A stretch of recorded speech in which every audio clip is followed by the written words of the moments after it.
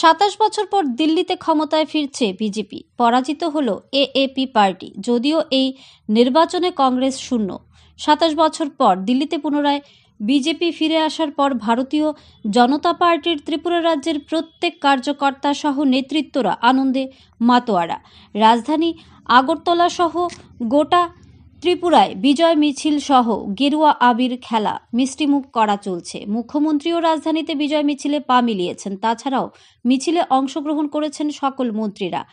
এক কথায় ত্রিপুরা রাজ্যের প্রত্যেকটি মণ্ডল থেকে শুরু করে বুথ অফিস, জেলা অফিসে চলছে বিজেপির জয় জয়কার।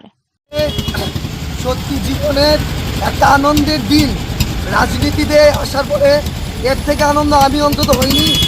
আমাদের ভারতবর্ষের রাজধানী দিল্লি আজকে আপদা মুক্ত। বিগত পার্টির নাম ছিল এএপি, তাই এএপির সাথে একটা ঢালাগান। আপদা মুক্ত রাজধানী আজকে গঠন হয়েছে। এই জয় শুধু দিল্লিবাসীর জয় নয়, এই ভারতীয় জনতা পার্টির এই জয় ভারতবর্ষের প্রতিটি জনগণের জয়।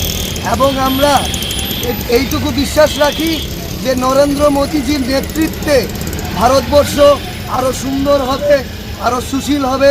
আর দিল্লিতে এখনো পর্যন্ত যে সুযোগ সুবিধাগুলি সাধারণ মানুষের ঘরে পৌঁছতে পারেনি, সেগুলি ভারতীয় জনতা পার্টির দ্বারা, মোদীজির দ্বারা সবার ঘরে পৌঁছবে, এটাই আশা রাখছি। আচ্ছা, কার পক্ষ থেকে বাজি ফুটানো হয়েছে? এটা আমরা 8 নম্বর বটতলী মণ্ডলের পক্ষ থেকে আমরা সবাই এখানে আছি। বড় কাকারা আছে, দাদারা আছে, পার্টির দেবতুল্য কার্যকর্তারা আছে, সবাই মিলে একটা আনন্দের বাজি ফোটানো হয়েছে একটা।